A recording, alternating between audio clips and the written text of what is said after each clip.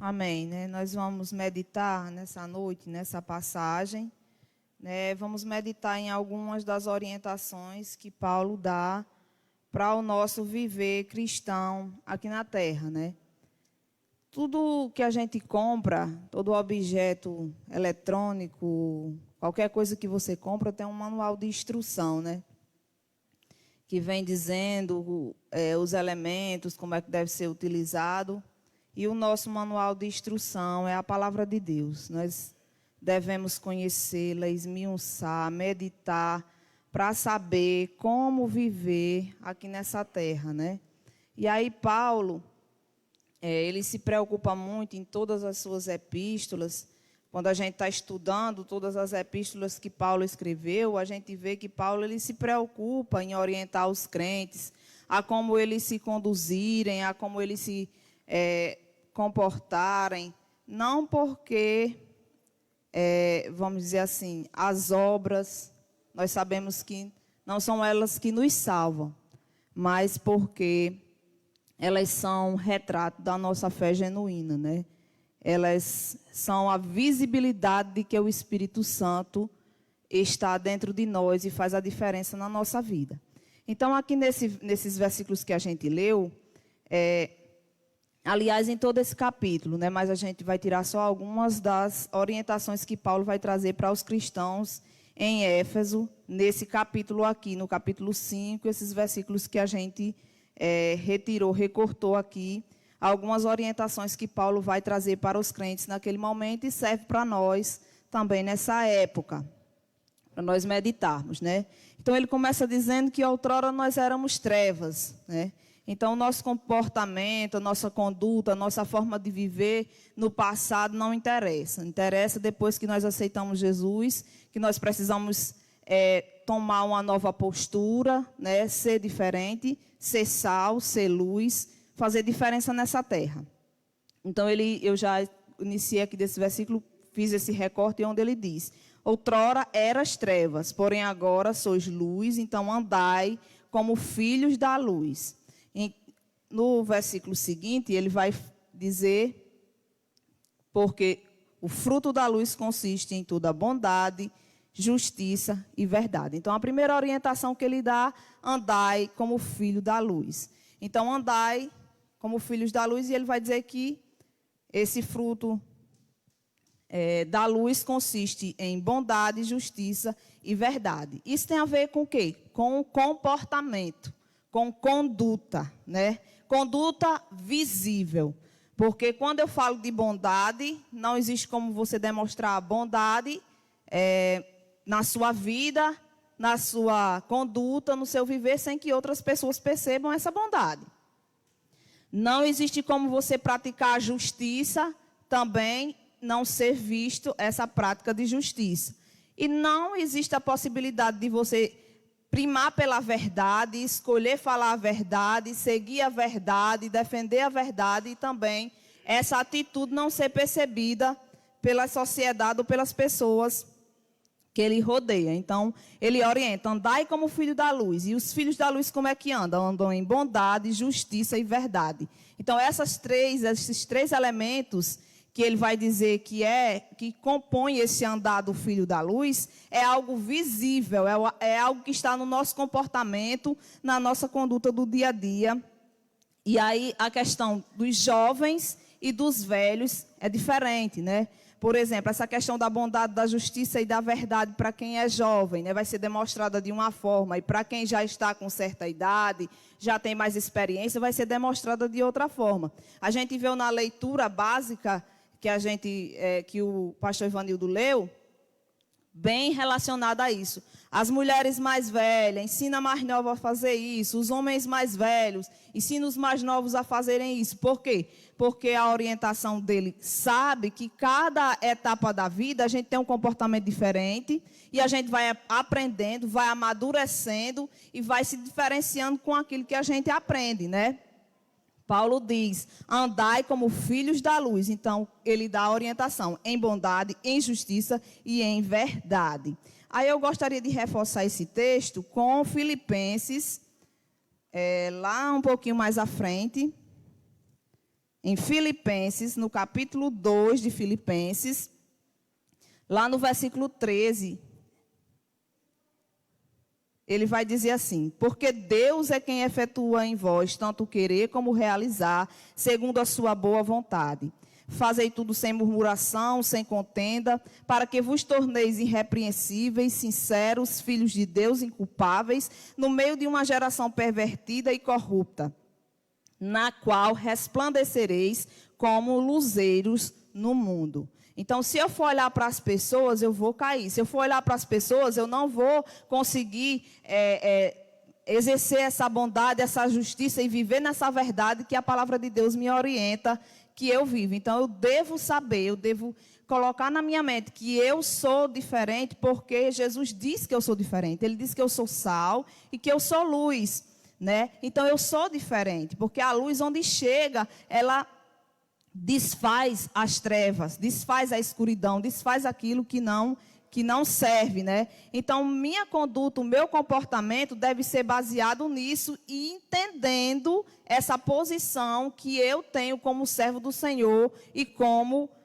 luz nesse mundo, né? E aí ele vai dizer aqui em Filipenses, né? O mesmo apóstolo vai dizer: para que vos torneis irrepreensíveis, sinceros e filhos de Deus inculpáveis no meio de uma geração pervertida e corrupta. Então, se eu for olhar para o meu redor, eu não vou andar como filho da luz. Eu vou andar imitando o mundo. Eu vou me misturar com as coisas do mundo. E aí, não vai dar certo, né? A segunda orientação que ele vai dar: provando sempre o que é agradável a Deus. E aí, quando a gente fala de provar o que é agradável a Deus, não tem como você provar que aquilo que você está pretendendo fazer ou aquilo que você está querendo fazer agrada a Deus se você não pergunta a Ele, se você não chega na presença dEle, não ora, não coloca na presença dEle, se você não busca orientação na palavra dEle, você não vai saber se aquilo agrada ou não a Deus, porque tudo que agrada e o que desagrada a Deus está na sua palavra. Então, quando Paulo nos orienta aí, provai sempre o que é agradável ao Senhor, aí no versículo 10 de Efésios 5, você vai ter essa condição, chegar diante de Deus com aquilo que você quer decidir, com aquilo que você quer resolver, colocar diante dele, procurar orientação na palavra dele para poder você provar se aquilo que você está pretendendo, se aquilo que você está fazendo agrada realmente o Senhor. E aí a sua atitude, se você percebe na palavra de Deus, se você sente, o Espírito Santo lhe toca, que não está agradando a Deus, então você muda o seu comportamento e a sua conduta. Porque se você endurecer o seu coração, você vai pagar a pena, né, e você vai pagar o preço. Outra orientação que ele vai nos dar: não seja cúmplice com as trevas, né, com as obras infrutíferas das trevas.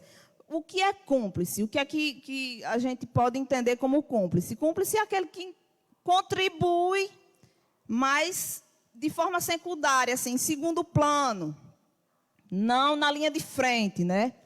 Como assim? Você não está fazendo aquela obra, mas você passa a mão na cabeça da pessoa que está fazendo. Você não está praticando aquele ato, mas a pessoa chega para falar para você e pede a sua opinião, e você, como servo do Senhor, que conhece a verdade, você se omite de dizer aquilo que a palavra diz, para não ofender ou para não magoar aquela pessoa. Então, você está deixando que aquela obra, que é das trevas, continue frutificando, né? E aí você está contribuindo, você está sendo cúmplice. A orientação que Paulo diz é: reprovai essas obras das trevas, reprovai. E aí eu fui procurar o significado no dicionário de reprovar. Eu digo, mas é uma coisa simples, eu já sei o que é, mas eu vou procurar para poder ver se... Então, o dicionário, o Aurélio, o dicionário da língua portuguesa, vai dizer que reprovar é censurar, repreender. Então, quando Paulo dá essa orientação, não seja cúmplice com as obras infrutíferas das trevas, mas reprovar, ele está dizendo, quando você tiver a oportunidade, quando você estiver frente a frente, você reprove, você censure, você repreenda. Por quê? Porque você conhece a verdade. Às vezes aquela pessoa que está praticando aquela obra, está se comportando daquela forma, até porque ele não tem conhecimento da palavra, não tem conhecimento que aquilo desagrada a Deus. E pode ser que a sua palavra, no momento que você não se torna cúmplice, mas se posiciona como servo de Deus, que obedece a palavra, freie o avanço daquela obra que o inimigo está fazendo na vida daquela criatura, né? Então, essa é a orientação de Paulo. Reforçando isso, lá em 2 Timóteos, no capítulo 2 de 2 Timóteos, a gente vai ter a seguinte mensagem. 2 Timóteo, capítulo 2, versículo 24, vai dizer: ora, é necessário que o servo do Senhor não viva a contender. Ou seja, você não vai procurar estar nas esquinas discutindo com as pessoas, ideologias, ideias. Não, nada disso. E sim deve ser brando para com todos, apto para instruir, paciente, disciplinando com mansidão os que se opõem, na expectativa de que Deus lhe conceda não só o arrependimento para conhecerem, Deus lhes conceda não só o arrependimento para conhecerem plenamente a verdade, mas também o retorno à sensatez, livrando-se eles dos laços do diabo. Está entendendo? A orientação de Paulo. Não seja cúmplice das obras das trevas, mas reprovai.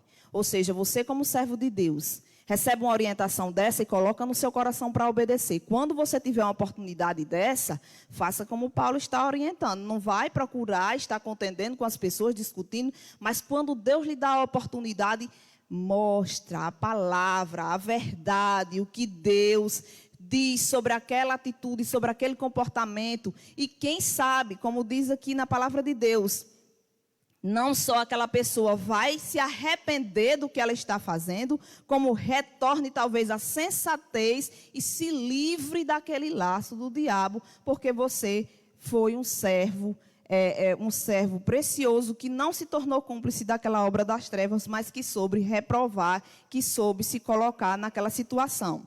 Outra orientação que Paulo vai dar lá em Efésios, também no capítulo 5, nesse texto que a gente leu, não ande como nécio, e sim como sábio.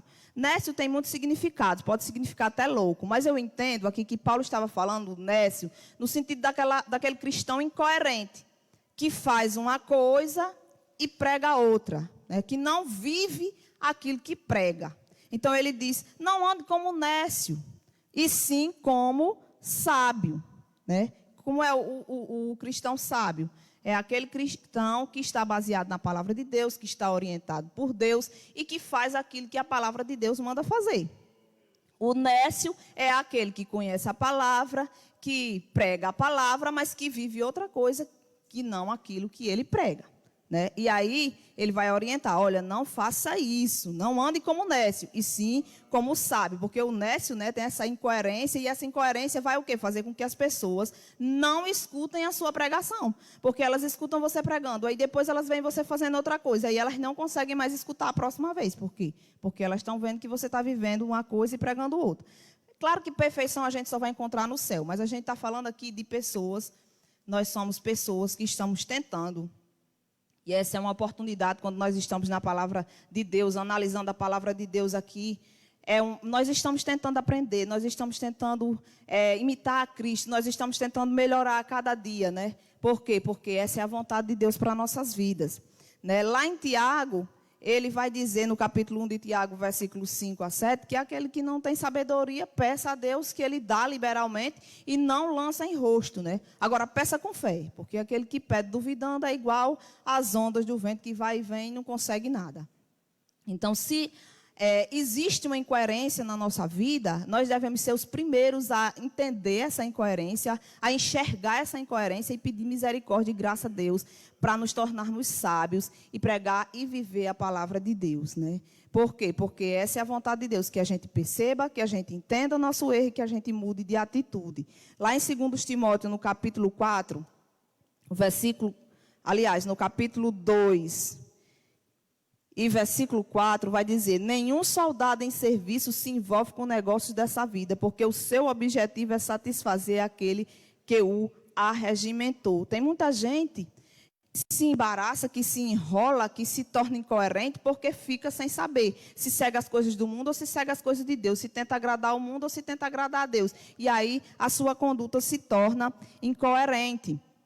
Lá no versículo 15 de 2 Timóteo 2, ele vai dizer: procura apresentar-te a Deus aprovado como um obreiro que não tem de que se envergonhar, mas que maneja bem a palavra da verdade, né?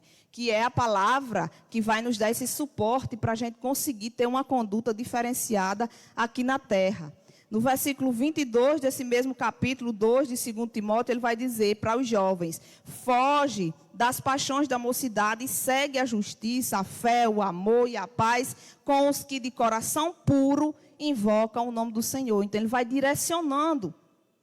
A palavra de Deus, ela vai nos direcionando aquilo que nós devemos fazer e vai nos afastando de tudo aquilo que não agrada a Deus, de tudo aquilo que está contra a vontade de Deus. Agora, muitas vezes, infelizmente, a gente ouve essa palavra e a gente não pratica, e aí ela se torna inoperante. Lá em Colossenses capítulo 4, versículo 5, vai dizer: portai-vos com sabedoria para os que estão de fora. Aproveitai as oportunidades. A vossa palavra seja sempre agradável, temperada com sal, para saberdes como deveis responder a cada um. Isso é o quê? Isso é sabedoria. Isso é sabedoria. Então, quando Paulo diz assim: não ande como um nécio, como um incoerente, mas como servo de Deus, seja sábio, né? Todos esses outros versículos que a gente leu estão nos mostrando como é ser sábio, nessa questão de ser servo de Deus e de andar de forma sábia, né? Outra orientação que Paulo vai nos dar: procure remir o tempo. E aí, o que seria remir o tempo? Usar esse tempo com sabedoria e usar para aquilo que é importante. Aí eu pergunto: quantos de nós tiveram todos esses meses em casa, né? Dispensados do trabalho, com menos atividades, sem ter para onde sair por causa da pandemia, e muitas vezes não se sentiu tocado para voltar à palavra, para ler de novo, né? Já li a Bíblia toda, mas eu vou começar de novo. Eu vou buscar, eu vou começar a ter uma devocional com Deus que antigamente eu tinha, mas por causa da minha correria, do meu dia a dia, eu deixei de ter. Então, assim, porque muitas vezes o problema não é porque a gente não tem tempo, é porque a gente não sabe administrar o nosso tempo, e isso tem nos afastado tanto de Deus como das pessoas, porque muitas vezes a gente não sabe selecionar o que realmente importa e o que realmente tem valor, certo? Então, assim, quando Paulo orienta, lá em Efésios 5, quando ele orienta que nós devemos procurar remir o tempo, ele está falando de quê? De usar esse tempo com sabedoria, de aproveitar esse tempo bem e de dividir o tempo de forma que as coisas mais importantes recebam mais tempo, mais dedicação da nossa parte.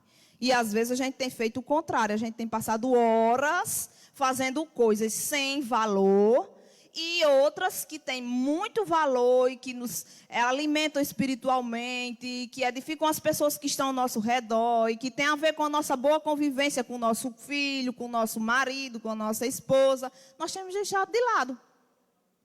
Então, isso é não remir o tempo. E aí Paulo sugere: procure remir o tempo, né? Isso é a orientação que Paulo vai dar. Outra coisa: procurar e compreender qual é a vontade de Deus. E aonde é que a gente deve procurar? Na palavra de Deus. A leitura da palavra de Deus não é uma opção, é uma obrigação. Através da palavra de Deus é que nós o conhecemos, é que nós conhecemos a sua verdade, a sua vontade, é que nós nos dobramos. Porque a gente acha uma coisa e quando a gente lê a palavra, ela diz que não é do jeito que a gente acha, e a gente tem que resolver. Ou a gente fica com o nosso achismo, ou a gente se quebra diante da vontade de Deus e passa a obedecer a palavra de Deus. Então a gente fica querendo saber a vontade de Deus pelas outras pessoas. E Deus quer que a gente conheça Ele, conheça a sua verdade, conheça a sua vontade através da sua palavra, né? É ela quem vai nos dar essa orientação. E aí Paulo nos contribui com essa orientação: procurar e compreender qual é a vontade de Deus. E onde é que a gente vai descobrir a vontade de Deus? Na palavra de Deus. Lá em Tiago, no capítulo 4 de Tiago, no versículo 17, ele vai dizer assim: portanto, aquele que sabe o que deve fazer bem e não faz, nisso está pecando. Tem gente que já ouviu 300 milhões de vezes, não sei quantos mil pregadores dizer que tem que ter uma vida devocional com Deus, que tem que orar, que tem que ler a palavra, e continua com a conduta de quem vive alienado. Então, se você sabe o que você deve fazer e você não está fazendo, você está pecando. Só nisso aí você já está pecando. Então, Paulo orienta: procure compreender a vontade de Deus. Você quer viver bem aqui na terra? Quer ser um cristão abençoado? Quer caminhar por cima dos espinhos, no caminho estreito, mas de cabeça erguida, olhando para a vida eterna, olhando para o céu? Então, essa é uma das orientações que eu lhe dou. Procure compreender a vontade de Deus. Onde é que nós vamos compreender? Na palavra de Deus. E aí a gente ouve e escuta dizer não sei quantas mil vezes que precisa ler a palavra e a gente não lê. E aí continua cocheando em dois pensamentos. Continua com o pé no canto e outro no outro. Continua com um comportamento duvidoso. E aí é o que Paulo vai dizer lá no começo dos versículos que a gente leu. Não sois mais trevas. Então andai como filhos da luz. Né? A outra orientação que ele vai nos dar aqui: não se embarace. Não se embarace. Não se envolva. Não se envolva naquilo que não é para você se envolver. Não se envolva em contenda, não se envolva em conversa, não se envolva naquilo que não edifica. Não se embarace com as coisas daqui. Né?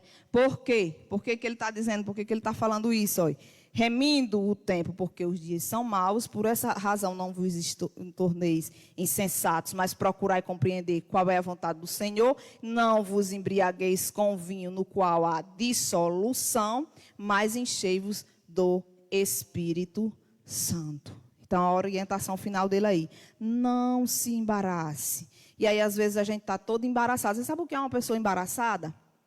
Enrolada. É aquela pessoa enrolada, aquela pessoa que tenta, ela é tão inconstante que ela vai, ela começa, mas ela volta. Ela decide fazer, mas ela faz um dia e depois ela desiste, né? Ela se envolve em toda a conversinha, ela se envolve em toda coisa, ela leva e traz, ela se dá como instrumento muitas vezes para o inimigo usar, e aí está todo embaraçado, está todo enlinhado nas coisas aqui da terra, está todo amarrado, né, nas coisas aqui, e não sabe mais como se desprender, não sabe mais como se desvencilhar, não sabe mais como se soltar, e aí lá vem as questões. Uma das coisas que eu vejo muito isso, eu aprendi isso assim, a duras penas, mas eu entendo que, por exemplo, nessa questão das contendas, né, o que Provérbios vai dizer lá no capítulo 6, e versículo 16 até o 19 deve ser o suficiente para nós não nos envolvermos com nada disso, né? Quando ele diz que 6 coisas o Senhor aborrece, e a 7ª sua alma abomina, e a 7ª coisa vai ser semear contenda entre os irmãos. Então, por aí eu já tiro. Não vou me embaraçar com isso. Alguém chega, vai me falar uma coisa do irmão, seja lá quem for, pode ser o vizinho, pode ser o pastor, pode ser, seja lá quem for. Então, morra aqui. Não vou me misturar, não vou me embaraçar, não vou passar adiante, não vou dizer eu disse, que fulano me disse, que alguém disse, que você disse. Né? E às vezes aquela palavra chega até nós justamente para a gente semear o mal, mas a gente pode fazer o bem, que é dobrar os joelhos e orar por aquela situação, orar por aquelas pessoas que estão envolvidas naquela situação. Né? E aí, a gente não se embaraçando com isso, a gente segue nossa caminhada em frente, a gente vai em caminho do céu, não se alinha com nada. Por quê? Porque a gente não está se embaraçando com as coisas daqui, não está se envolvendo em contenda, mas a gente está fazendo aquilo que Paulo disse que nós devemos fazer em lugar disso. Procure se encher do Espírito. E como é que eu vou fazer isso? Né? Aí lá em Jeremias 29:13 vai dizer: buscar-me-eis e me achareis quando me buscardes de todo o vosso coração. Então, quando a gente não se sente cheio, quando a gente sabe que não está cheio, o que é que a gente vai fazer? Continuar vazio? Não. A gente vai buscar se encher. A gente vai pedir a Deus misericórdia e a gente vai procurar de joelhos dobrados, pela graça e misericórdia de Deus, para que Ele possa, pela sua graça e misericórdia, porque nós sabemos que nós não merecemos, nos encher. E aí a gente vai poder produzir os frutos que diz lá em Gálatas 5:22. Amor, alegria, paz, longanimidade, benignidade, bondade, fidelidade, mansidão, domínio próprio. E a palavra diz, contra essas coisas não há lei. Não há lei. Então, está cheio, vai produzir os frutos do Espírito. E vai conseguir abençoar outras vidas. Porque aqui na terra, esse é o nosso objetivo maior. Nosso objetivo maior, nós estamos aqui por quê? Porque Jesus nos salvou e nos disse, ide e pregai o evangelho. E uma das formas mais práticas da gente pregar esse evangelho é vivendo esse evangelho. É testemunhando com nossa vida que Jesus é real, que Ele funciona e que Ele faz a diferença. Né? Lá em Tiago, no capítulo 4, versículo 6, ele vai dizer que Deus resiste aos soberbos, mas Ele dá graça aos humildes. Ou seja, quando a gente reconhece que a gente não tem, quando a gente reconhece que a gente não está do jeito que deveria, quando a gente busca em Deus fazer essa diferença ou mudar de atitude, Ele entende a nossa atitude de humildade e Ele nos ajuda com a sua graça a melhorar, a seguir em frente, né? Por causa da sua misericórdia. E finalizando lá em Filipenses 4, do 5 ao 7, eu acho muito válida essa passagem, que ela vai fechar isso aqui que a gente está falando, que diz assim, seja a vossa moderação conhecida de todos os homens, perto está o Senhor. Não andeis ansiosos de coisa alguma, em tudo, porém, seja conhecida diante de Deus as vossas petições, pela oração, pela súplica, com ações de graça, e a paz de Deus, que excede todo entendimento, guardará o vosso coração e a vossa mente em Cristo. Então, isso aqui é o alimento, né, que nós precisamos diariamente. Quando, hoje à tarde, o pastor pediu para mim trazer essa palavra, né, e eu abri a Bíblia e disse, meu Deus, e agora? Aí, ao mesmo tempo, eu pensei, eu vou falar naquilo que eu tenho meditado, naquilo que eu tenho lido. Porque isso é a verdade. Nós precisamos meditar todos os dias nessa palavra para quando a gente precisar alimentar outras pessoas. Quando a gente precisar se alimentar. Quando a gente precisar usar como escudo para combater os dardos inflamados que o maligno lança contra a nossa mente, contra o nosso coração, a gente ter essa palavra para nos ajudar. Não porque nós somos super, hiper, mega, não, porque nós somos fracos, somos falhos e necessitamos de Deus nos orientando todos os dias da nossa vida. Amém.